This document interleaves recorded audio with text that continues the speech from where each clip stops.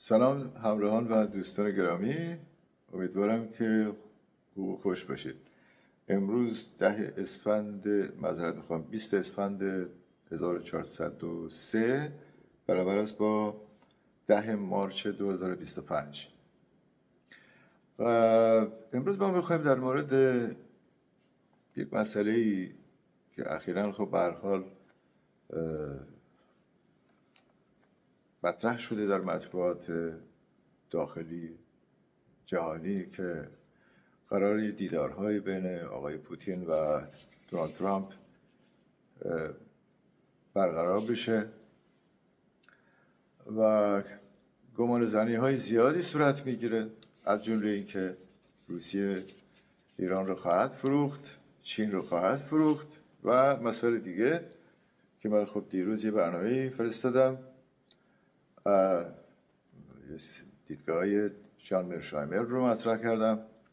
اگرچه این بلوتوث منو خیلی اذیت میکرد، دوستان راهنمایی کردن زیر کامنت، من خب همون کارو کردم، فعلا اذیت نمیکنه. فعلا که دارم شروع کردم فعلا اذیت نمیکنه. امیدوارم بتونم این برنامه رو تا آخر پایان ببرم.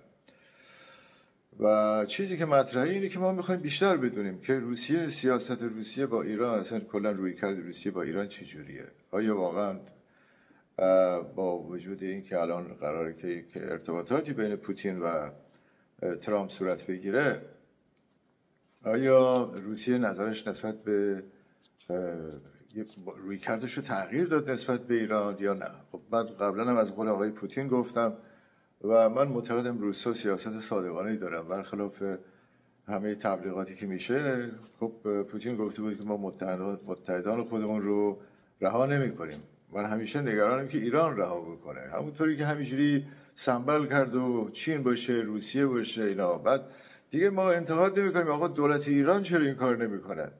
حداقل تو یک چیز نشون بده از خودت، تو ببینیم که اونا چیکار میکنن.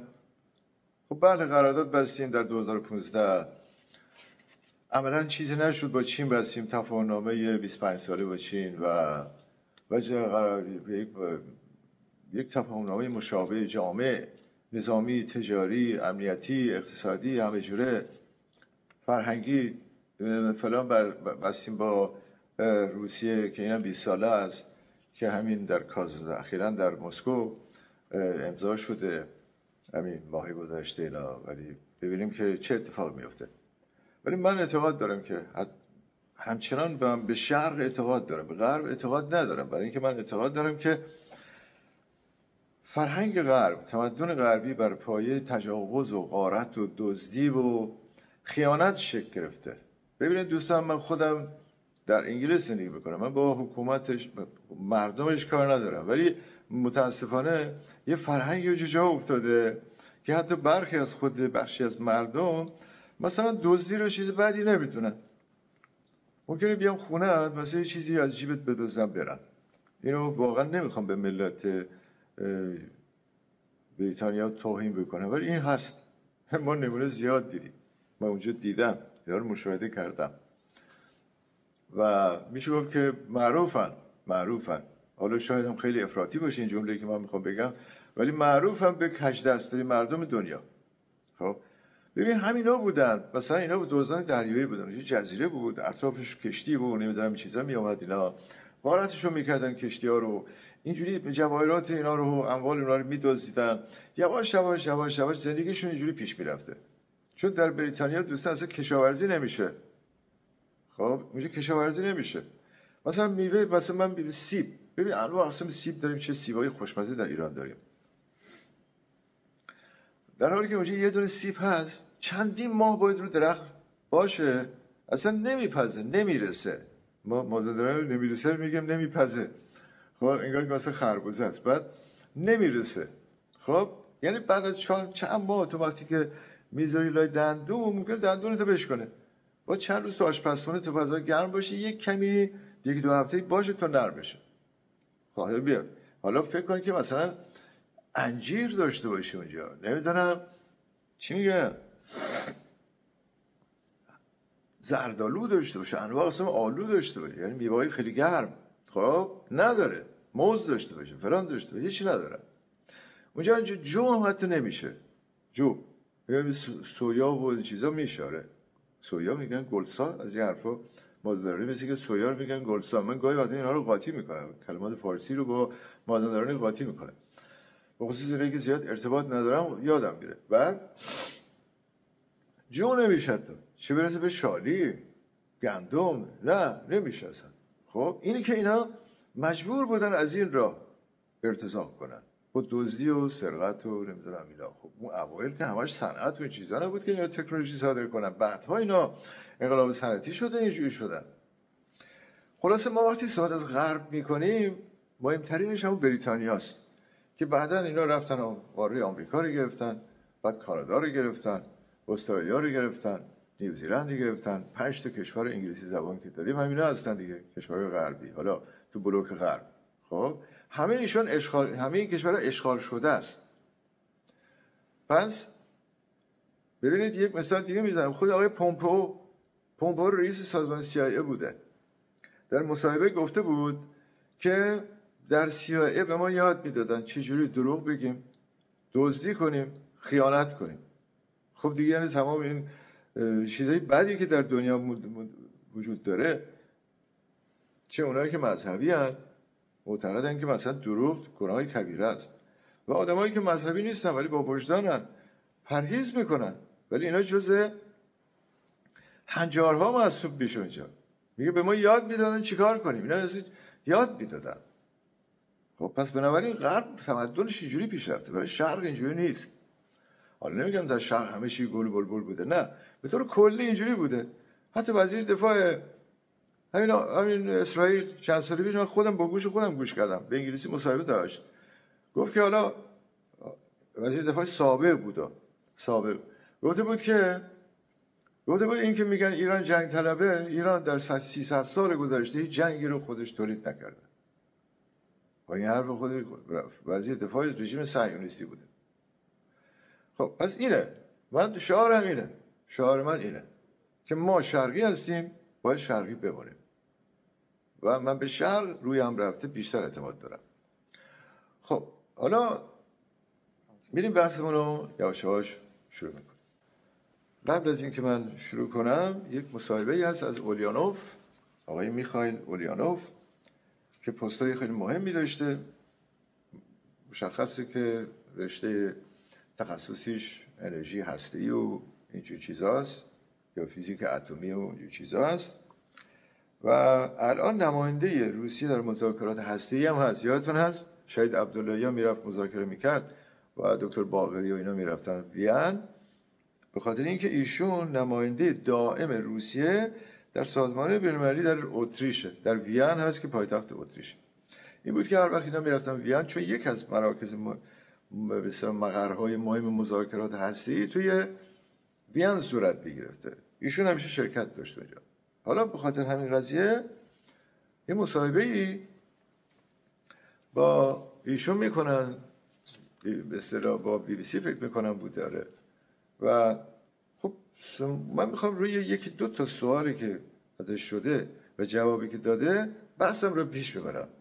سوال اصلی که این برنامه هست، سوال اصلی برنامه من اینه، الان گوش کنید. سوال اصلی اینه که میگه موضوع روسیه و همچنین چین در قبال برجام و فشارهای حداکثری آمریکا و اینجور چیزا چیه؟ میخوام اینو بدونیم. با وجود اینکه قرار بین ترامپ و پوتین به اصطلاح مذاکرات صورت بگیره، یا مثلا طبق اون چیزی که آقای مرشایمر در پریشب گفتم دیروز فرستادم، میگه که آمریکا تلاش میکنه روسیه رو به سمت خودش بکشه، از چین جدا کنه. خب حالا به هر حال به نحوی حالا ایران رو که جدا کرده تا حدود زیاد. خب حالا تا حدود زیاد نه که قطعا، نه من زیاد ناامید نیستم، هنوز ما میتونیم روابط خودمون رو تقویت کنیم، قوی کنیم با چین و روسیه، و یک سیاست خیلی منطقی هم در قبال غرب داشته باشیم. اما قبل از این که من به این سوالات بپردازم، بگم چه سوالاتی از آقای اولیانوف شده و ایشون پاسخش چی بوده، یکی از دوستان میخوام 2 تا نکته رو مهم رو مطرح بکنم، به هر حال لابلا اینا مطرح بکنم، شاری ندارم که مطرح کنم.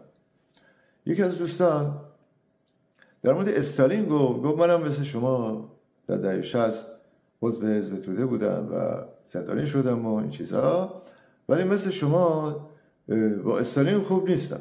گفتم خب اولا من ستایش نکردم استالین رو، اما بعد نمیدونم بعدم میاد از چیزا خب انتقاد کرد. خب دوست عزیز ببینید، استالین زدایی یعنی سوسیالیسم زدایی. ببینید شما مثلا حتی BBC من یک بار شاهد بودم، مصاحبه کرده با یک فردی اون طرف رو الان یادم نمیاد، فکر کنم از این افراد چپ بوده در ایران، یک از چهره‌های چپ در ایران بوده که حتی مثلا از تروتسکی دفاع کرده بود. خب من نمیگم که تروتسکی، بحثی در مورد تروتسکی ندارم، به خاطر اینکه اون بحث رو به خاطر این دفاع کرد که استالین رو بکوبه. خب هر کدوم از اینا ضعفایی داشتن، ولی شما باید در نظر بگیریم ما وقتی که انتقاد میکنیم باید بگیم هدف ما از انتقاد چیه. اگه بخوای شما تمام چیزایی که استالین کرده نفی کنی اشتباه دیگه. به قول چرچیل میگه استالین روسیه‌ای که صنعتش چیز بوده، این مازندرانی میگن ازال، خب صنعت گاوآهن، خیش و گاوآهن و اینا که قدیم بود، شخم میزدن گاو به اسب میبستن اینا، بعد این چیزا این صنعت به عهده گرفت و تبدیلش کرد این کشور رو به صنعت دوم دنیا، یعنی دومین کشور صنعتی دوم دنیا. و در جنگ جهانی دوم 27 میلیون 20 تا 25 تا 27 میلیون کشته دادن این ملت تحت رهبری اون، و پوزه فاشیسم رو، پوزه طاعون فاشیسم رو که دشمن بشریت بوده، مثل صهیونیسم، مثل امپریالیسم، و بدتر از اون، هرچند صهیونیسم گاهی وقتا بدتر از فاشیسم بوده، پوزه اینا رو به خاک بالیده، تحت رهبری ایشون بوده. پس بنابراین باید خوبی‌های ایشون هم مطرح بکنید. نمیتونید شما فقط انتقاد بکنید و مثل غربی‌ها، خب اون غربی‌ها هم این کارو میکنن. اگه ما به این دام بیافتیم که بعضی از روشنفکرها، حالا من نمیخوام زیاد اسم ببرم، روشنفکرهایی که سن سال مهم سن سالی از اینا رفته بالا و مطرح هستن، حتی اینا همینجوری هم به دام امپریالیسم افتادن. اینا عزیز دلم، دوست عزیزم، برادر خوب، اینا هدفشون از استالین زدایی سوسیالیسم زداییه. این تفکری که طرفداران سوسیالیسم باید همیشه طرد بشن، سرمایه‌داری باید تقویت بشه. و حتی بعضی از تحلیلگران معتقدن که اگه سوسیالیسم واقعا در شوروی به معنی واقعی که پیاده شد همون دوره اولیه استالین بوده، بعدا انحرافات زیادی داشته، این هم هست. خب بعد یه دوست دیگه هم از من خواسته که هر چی میگردی که منو پیدا بکنه من پیام براش میذارم، مثل که یوتیوب پاک میکنه، اونجا جواب میدم زیر کامنت، میخواد به من تماس بگیره. دوست عزیز، من توی فیسبوک فعال نیستم، بعضی وقتا پیام همین مطالب ویدیو رو میذارم، فعال به صورت نیستم، ولی توی مسنجر فیسبوک برای من پیغام بذارید. من 2 تا اکانت دارم، یکی از اکانت ها اینجا مینویسم، خب شما لطف کنید اونو پیگیری کنید، اون مسنجرش فعاله و از جمله صفحه فیسبوکش حالا بگم نیمه فعاله، حالا به نسبت فعاله. من اینو لفظا هم میگم، شما بنویسید خسرو گلستانی، گلستانی که معلومه آخرش آی داره، گلستانی، بعد خسرو بنویسید کی H یا H به قول ما KHOSROU، U اینجوری U داره آخرش، KHOSROU، حالا بعضی W میذارم و من U میذارم، حالا اون یا W شد درست‌تر باشه، من اینجوری گذاشتم. یه بار منو فیسبوک چیز کرده بود، به هر حال بلاک کرده بود، من اومدم اسم دیگه ای گذاشتم، یه کمی تغییرش دادم خسرو گلستانی رو. خب این از این. خیلی خوب، به هر حال حالا میتونید شما دوست عزیز برای من پیام بدید با ارتباطمون برقرار بشه. و اما سوالات ببینید، سوالات اول اینه، سوال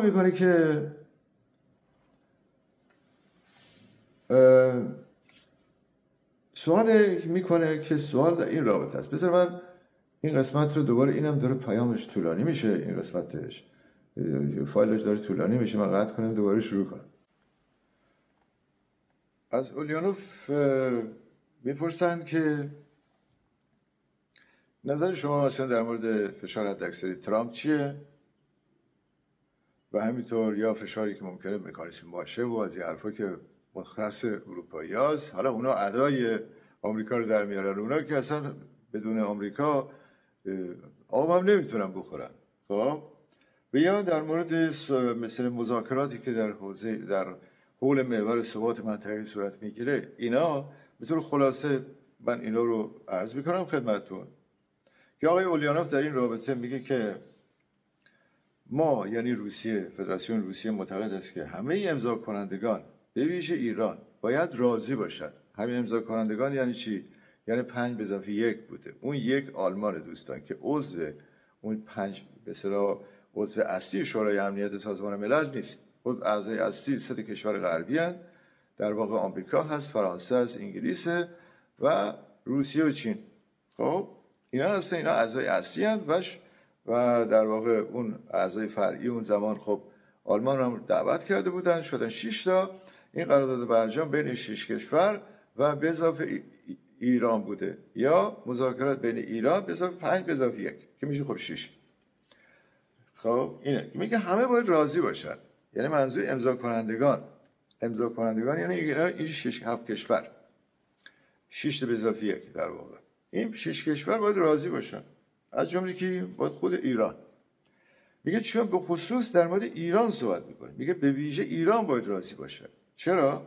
میگه چون ایران بزرگترین قربانی فشار حداکثری آمریکاست. خب پس ببینید موضوع اینا رو تغییر نکرده، پس یعنی همچنان طرفدار این هست که این تحریم‌ها لغو بشه و اینا. خب حتی میگه آنها حق دارن روی مطالبات خود پافشاری کنن.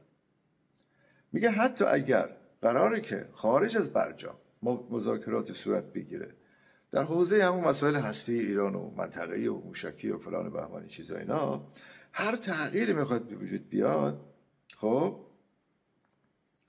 میگه که ایران حق داره مخالفت کنه و اعمال نظر کنه. این موضوعات یعنی باز همه جانب ایران گرفته. خب یعنی مثلا حالا که به هر حال مثلا آمریکا، ما میدونیم که همین ترامپ 4 سال پیش که رئیس جمهور بود از برجام رفت بیرون. اون اوباما و بایدن هم غلطی نکردن در این رابطه، تحریم بر نداشتن، همش دروغ بوده. حالا این رفته بیرون، یعنی عملا یکی بودن، عملا در عمل هیچ کاری نکردن و اروپا هم دنباله رو اونا بوده. خب حالا منظورش اینه که حالا اگه برجام رو فرض کنید که بذاریم کنار، یه مذاکرات جدیدی که بخواد صورت بگیره، اون وقت ایران باید چیکار بکنه؟ میگه ایران حق داره که اعمال تغییرات، مثلا فرض مثلا بگیم که مثلا یه برجام دوم باشه، میگه این ایران است که باید تغییر رو قبول کنه و این ایران است که باید اونجا تغییرات رو اعمال بکنه، باید از حقش دفاع بکنه دیگه. خب سوال بعدی چیه؟ میگه اگه کشورهای منطقه اسم میبره مثل اسرائیل، عربستان، اینا مخالف برجام باشن چی؟ خب دقت کنید. اولیانوف میگه که ما باید واقع‌گرا باشیم. اولا ما باید واقع‌گرا باشیم. میگه اون قرارداد برجام در 2015 که میشه 1394 فکر میکنم، آره میشه اینجا میشه. خب این به طور معجزه‌آسایی میگه امضا شده، یعنی یک جوری شد که همه توافق کنن. حالا این از نظر خودش داره میگه. در هر صورت من اعتقاد دارم که اون قرارداد استعماری بود و این چیزا، و در هر صورت ولی خب میبینیم که حتی اون با اینکه ایران قبول کرده اینو امضا بکنه به امید این که در واقع یا در قبال لغو تحریم‌ها، ولی اونا لغو تحریم رو لغو نکردن، میگن نه جلوتر باید بریم، یه برجامه‌های دومی، سومی، چهارمی، دهمی چیزی وجود داشته باشه دیگه. خب یعنی در واقع همون هم اجرا میشد، خیلی هم خوب میشد، به نفع ایران میشد. اینجوریه دوستان. بعد میگه که امید ما این است که برجام اصلی اجرا بشه. یعنی برجام اصلی چی؟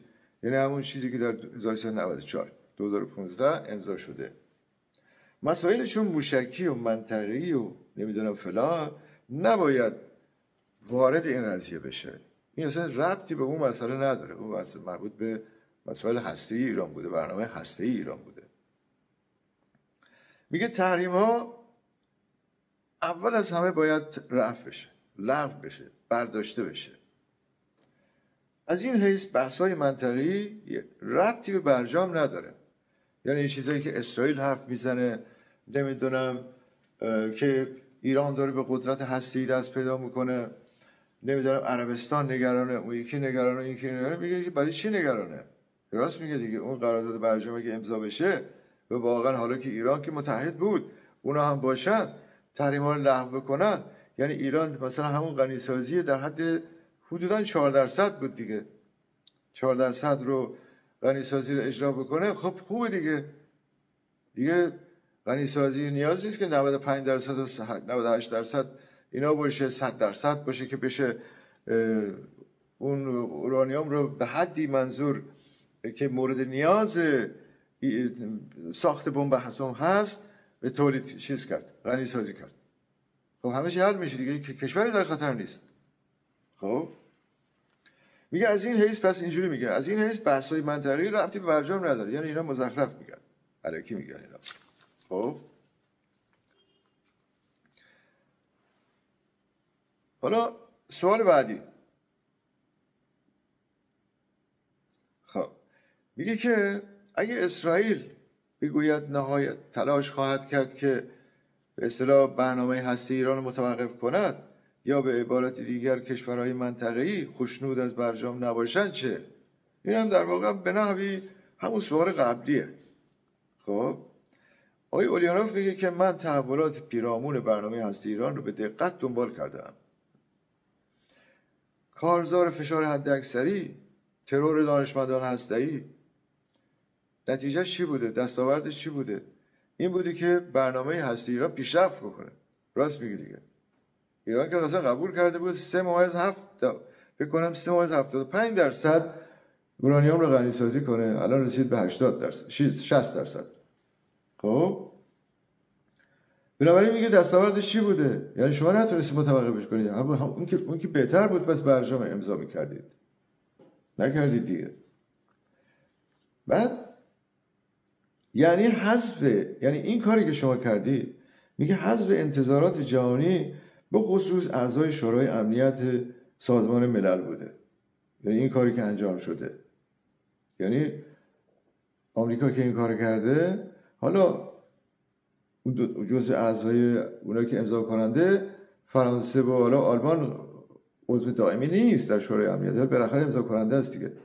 یعنی به جز آمریکا که بیرون رفت، اروپا، یعنی 3 کشور ترویکا در واقع، فرانسه و انگلیس و آلمان، خب اینا هم که کاری نکردن، بارها قول دادن که آره ما میخوایم این کارو بکنیم این کارو بکنیم اینا، ولی عملا دنبال روی چی بودن؟ اونا بودن. خب از اون وقت چین و روسیه هم خب طرفدار ایران بودن، یعنی خواهان اجرای دقیق برجام بودن که تحریم هم لغو بشه. خب اونا در واقع اومدن بیرون یا به تعهد خودشون عمل نکردن، ایران رو بهار خودش آشپز کردن، در واقع درسته آشپز کردن. خب بنابراین میگه حالا اونها هستن، یعنی در واقع همون کشورهایی که امضا کننده هستن اونها باید راضی باشن و باید به تعهدشون عمل کنن که ایران کرده بود، اونا نکردن، ایران نکردن. بنابراین میگه که کشورهای منطقه در این رابطه حرفی در رابطه با برجام حرفی برای گفتن ندارن، حرفی برای زدن ندارن، این ربط به اونا نداره. اون اعضای شورای امنیت اون 5 کشور امضا کردن و آلمان هم کمکی اومده بود و ایران، اینا باید راضی باشه، امضا کننده ها باید راضی باشن.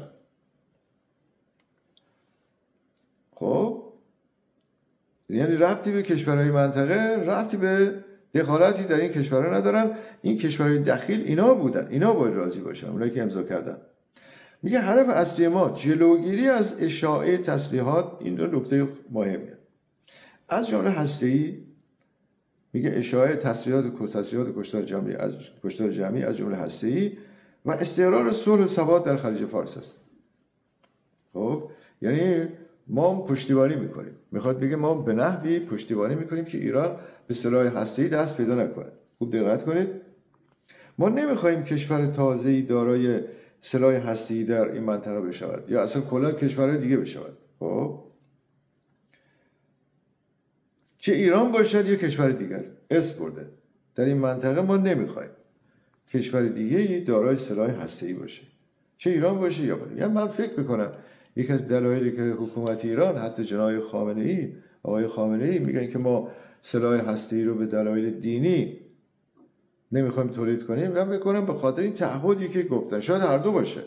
در هر صورت ایران میگه آقا من که متحد بودم، الان هم شما لغو تحریم بکنید من حاضرم دوباره این احتمالاً بازم این اورانیوم‌های غنی شده رو باز دوباره باید بدم به کشورهای دیگه بفروشن دیگه، حراج کنن.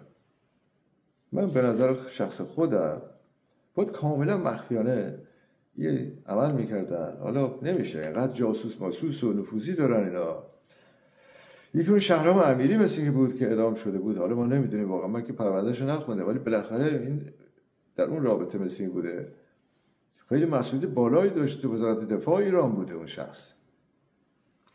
خب اجازه بدید که من یه کمی اینجا رو باز قطع کنم دوباره ادامه بدم. من اعتقاد دارم که اون عوامل نفوذی نقش مهمی داشتن و همینطور یک سری اعضای مجاهدین نفوذی بودن، اینا بودن عکس برداری میکردن از سایت‌های هسته‌ای ایران، موشکی ایران. واقعا چیکار میکردین شما؟ چرا این کارو کردید آخه؟ شما اطلاعات در بس در اختیار سازمان‌های جاسوسی مثل CIA و موساد قرار گرفتید. شرم کنید از خودتون. یعنی شما مسائل سیاسی رو بردید به سمتی که اصلا ربطی به مسائل سیاسی نداره. اینا جزء سرمایه‌های کشور ماست، ثروت کشور ماست. سرمایه‌هایی که جمهوری اسلامی باشه نباشه این باید بمونه، مال سرمایه کشور ماست. شما اینا رو گرفتید فروختید که اینا بیان بزنن یا به این بهانه ایران رو تحریم کنن یا قرارداد استعماری به ما تحمیل کنن. چرا این کارا رو کردید؟ شرم کنید.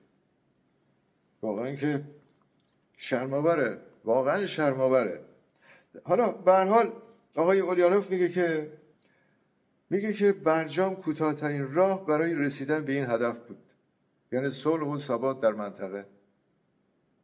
خب آمریکا به خواستش میرسید، ایران هم میرسید، کشورهای قدرتمند عضو نمیدونم شورای امنیت ملی، شورای امنیت ملی سازمان ملل هم میرسیدن. این راحت‌ترین راه بوده و ایران کاملا به تعهداتش به عدم اشاعه سلاح هستی پایبنده. دیگه نمیخواد تولید کنه. یعنی حتی همین الان 60% هم هست نمیخواد تولید کنه. دوستان ببینید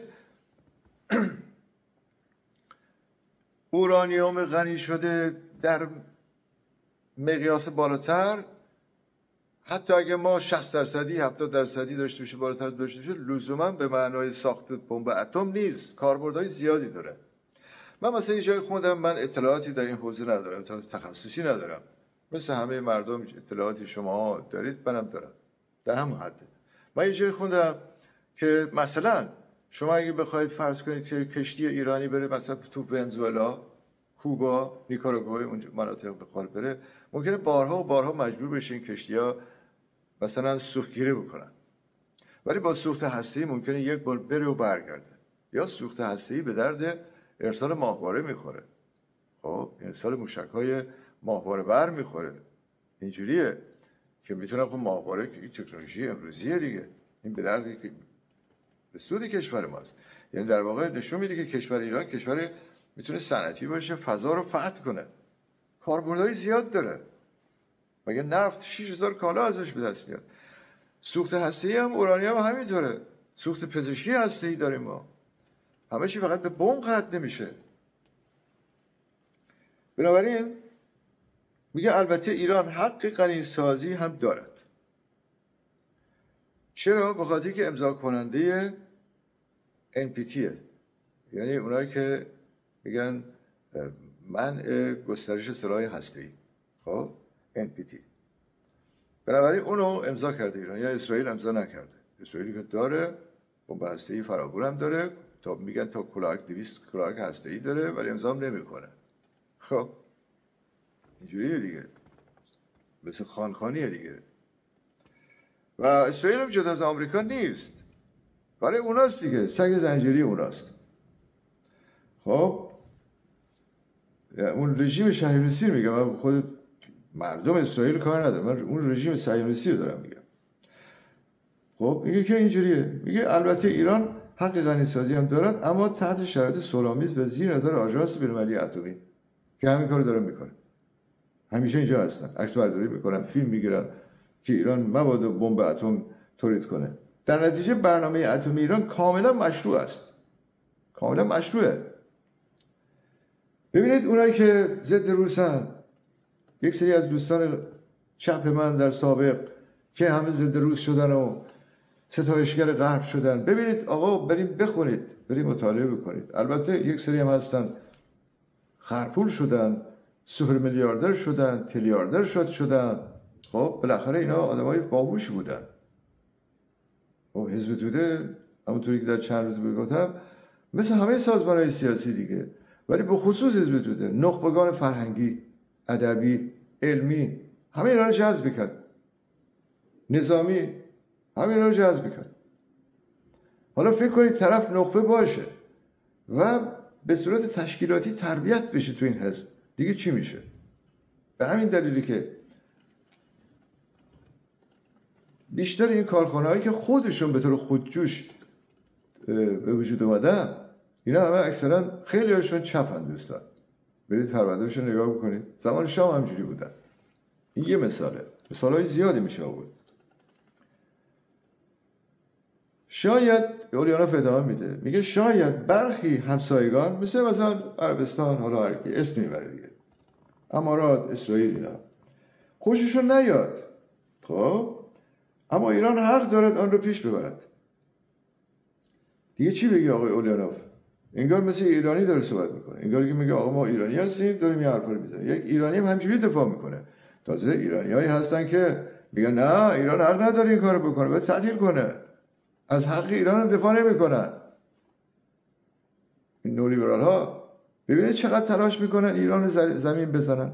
من گفتم به خاطر اینکه اینا طرفدار بورژوازی بزرگن، نولیبرال هم و بورژوازی بزرگ نولیبرال وطن نداره، وطنش پولشه. هر چی میگه من پولدار بشم اونجا خوبه، ایران هم بشم خب از همینجا میمونم، پولم بیرون میکنم همینجا بیرون میبرم، همینجا میمونم، پول بیشتری دوباره در بیارم ببرم بیرون، نشد میرم کشور دیگه پول میفرستم اونجا. خب ببینید پس اما ایران حق داره داره پیش ببرد، زیرا منحصرا برنامه هستی ایران صلح‌آمیزه. چین هم، حالا اونجا سوال از چین نمیشه، حالا من دارم میگم چین و روسیه هم عیناً موازهشون یکیه، یعنی در سازمان ملل چین موازهشون یکیه و هر دو هم تلاش میکنن، در واقع هر دو تلاش میکنن که جلوی ترکتازی آمریکا و اون اروپا رو بگیرن و خصوص سعی کنن که حداقل اروپا و یا بخشی از اروپا رو به سمت خودشون بکشن، چون اروپا استقلال که نداره. حالا که میخوای آویزون بشی خب برو حداقل یه کشوری باش آویزون باش که به تو احترام کنه. همینطور به عربستان مثلا یکی از کشورهای منطقه همینطور، همون 4 سال گذشته آقای همین ترامپ 400 میلیارد قرارداد 400 میلیارد دلاری خرید اسلحه رو به عربستان تعمیر کرد که مثلا از این سال تا اون سال باید بخری. 100 میلیارد فکر کنم همون اول خرید اول، میگه رفته باید بخری، چه نیاز داشته باشی نداشته باشی، چه جنگ در جنگ باشی نباشی باید بخری. خب اینی که خود عربستان داره یواش یواش از دستش در میره مثلا بخشی از نفتشو با چین مثلا با یوان میخره به جای دلار که بتونه، یعنی کسی که نجات دهنده آمریکا بوده از 1971 به بعد، یعنی زمانی که دیگه طلای آمریکا تموم شد دیگه پشتوانه دلار پشتوانه طلا نداشت، به عربستان گفت آقا تو بیا این کارو بکن، سرشار از نفتی بفروش، پول اضافی رو به صورت دلار بیار اینجا ذخیره کن که ما این بشه پشتوانه ما، بهش تبدیل شد به پترو دلار، یعنی دلار نفتی. حالا عربستان داره یواش یواش زیرابی میزنه. حالا زیادم زیرابی نیست، خود آمریکا داره میفهم. خب میگه آقا حداقل ما بریم به این سمت این ابرقدرت یعنی چین بریم، که نه میگه آقا تو چرا پادشاهی هستی، تو چرا نمیدونم اعدام میکنی، نمیدونم هیچ چی نمیگه. میگه آقا من مسائل اقتصادی رو تجاری رو قاطی اون نمیکنم. من هیچ اراده‌ای به خرج نمیدم. یا به ایران چین نمیگه که آقا من در صورتی با تو نفت تو رو میخرم که تو موشک تو خودت رو نابود کنی. یا مثل آمریکا بگه بردشو بیار کوتاه کن، 300 متر بکن، 200 متر بکن، 100 متر بکن. همون کاری که با لیبی و عراق کردن و نابودش کردن. خب کشور اونا پذیرفتن که مثلا دیگه آمریکا به اینا حمله نکنه. بعد اول خلستراشون کردن، تضعیفشون کردن، بعد حمله کردن. چین چنین کار نمیکنه دوستان. چین توسعه به اصطلاح صنعتی شده در کشورهای مختلف با شعار صلح و عدم دخالت سیاسی در امور داخلی اون کشور انجام میده. به خلاف روسیه هم داره همون سیاست دنبال میکنه. روسیه هم همین کار میکنه. خب باز این بحث کلی ما بوده. حالا ما میگیم که آقا برای چیه اینقدر، سوال اینجاست، برای چیه اینقدر به ایران حساسن؟ خب میتونه دلایل مختلف داشته باشه دوستان. میتونه مثلا از جنبه منابع ذخایر طبیعی ایران باشه، ذخایر زیرزمینی ایران باشه. ایران پنجمه. میگم خب عربستان که سومه. اول روسیه است دوستان، بعد آمریکا، سوم عربستان، چهارم کاناداست، پنجم ایرانه. چین هم دهمه از این حیث، یعنی از نظر دارا بودن ذخایر زیرزمینی. خب میگیم که عربستان که بالاتره. پس چرا اینجوریه؟ میگم به خاطر که ایران ظرفیت‌های فرهنگی سیاسی داره. ظرفیت‌هاش فرق میکنه. مردم باهوشی داره، مردم حق طلبی داره، مردم مستقلی داره. نمیخوان اسیر بشن. اینا امپراتور بودن یه زمانی برای خودشون. عربستان که امپراتور نبود. حالا درسته یک دوره اینا حمله کردن اینجا، ولی عربستان دیگه پیش نبرد. و اون خود ایرانیا، مثلا دیوان سالاران ایرانی، من این کتاب آوردم به شما یادآوری کنم دوباره. این کتاب اسمش از ایران مقدمه کوتاه، ترجمه خودم، دانشگاه آکسفورد منتشر کرده و آقای پروفسور علی محمد انصاری استاد ایران شناسی دانشگاه سن اندروز در اسکاتلند، در واقع در بریتانیا، این نوشته به انگلیسی و نشر تاریخ ایران با ترجمه بنده منتشر کرد. بخونید ببینید آقا این دیوان سالاران ایرانی چه کار کردن. ما تمام به اصطلاح اون افتخارات علمی، فرهنگی، ادبی، نمیدونم چی بگم آخه، همه چیز رو مدیون اونا هستیم. یعنی عرب ها وقتی که اومدن اینجا دیدن آقا این کشور اینقدر پیشرفته است، ما اصلا نمیتونه به اینا حکومت کنیم. از نظر زبان چینی آدمایی هستن اینا. از نظر نمیدونم، البته خب این زبان فارسی دوران مختلفی گذاشته، اون موقع که فارسی نبود. خب خود فارسی هم دوران باستان و میانه و نوین جدید داره. به هر حال گفتم آقا اینجوریه. مثلا ابن خلدون میگه که حتی دستور زبان عربی رو ایرانی‌ها نوشتن. بله نوشته دیگه. اون آقای ابوبشیر ابن سیبویه بوده، اهل شیرازه، اون نوشته دوستان. خب این دیوان سالاران این هست. ما حیات خودمون، حیات فرهنگی، ادبی، اعتبار تمدنی خودمون، همه چی رو مدیون اینا هستیم که عرب ها رو مجبور کردن، با وجودی که سیطره داشتن بر حکومت ایران، فقط عرب ها نبودن، بعدا سلجوقیان، مغول ها و دیگران، هر کی اومده خود مغول ها مبلغ اصلی آثار ادبی شعری فردوسی و اینا بودن. خب آقا اینا اصلا وجوبن، اینا نمیتونستن فرهنگ خودشون رو غالب کنن، ادبیات خودشون رو غالب کنن. به خاطر همینه که به اون متفکر عرب فکر کنم آدونیس بوده، گفتن که نمیدونم چند نفر این حرف زدن، فکر کنم آدونیس بود. بعد گفتن که چرا شما نتونستید مثل ما ایرانی ها زبان فارسی رو که حفظ کردیم عربی رو حفظ کنید؟ زبان خودتون حفظ کنید، یعنی عرب شدید، عرب زبان شدید.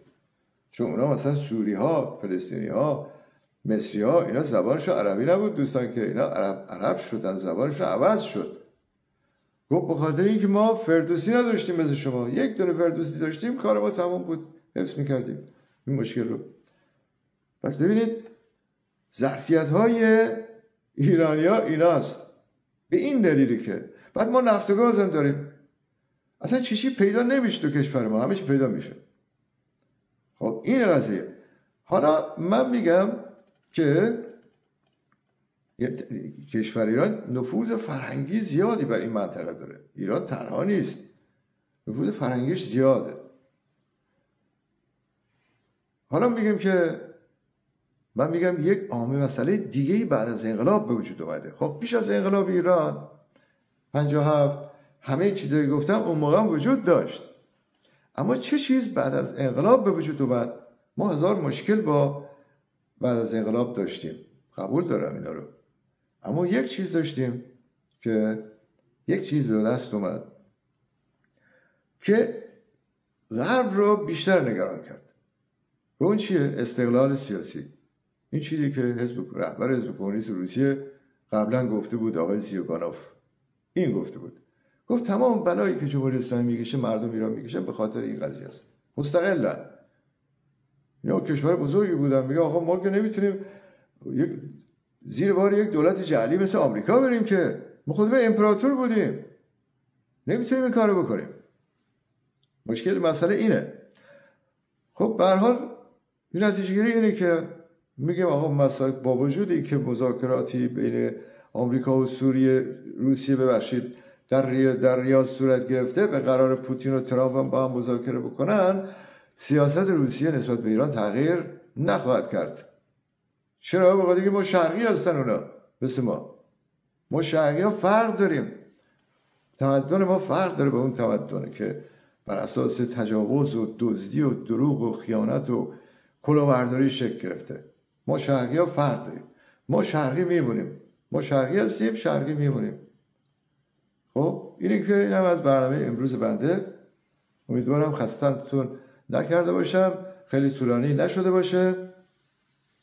باید به کشورمون افتخار کنیم و من به شدت با اصرار تمام از دوستانی که خارج هستن میگم آقا بازنشسته، حالا کار میکنی حالا ولش کن، کار میکنی آقا هیچ، اگه بازنشسته بیا ایران، برای از خود قهرمان نساز که گفته بودی خسرو گلستانی میره اونجا ایران به خاطر اینکه مسئولیت آهنین داره، جمهوری اسلامی کار باش نداره، نمیدونم آدم ترسویه. خب من ترسوام، خب بیا تو بیا حرفای قشنگ‌تر بزن، حرفای محکم‌تر بزن.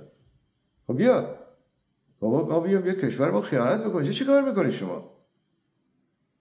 حالا مجبور شدی بری، تا کی میخوای بمونیم؟ برگردید دیگه.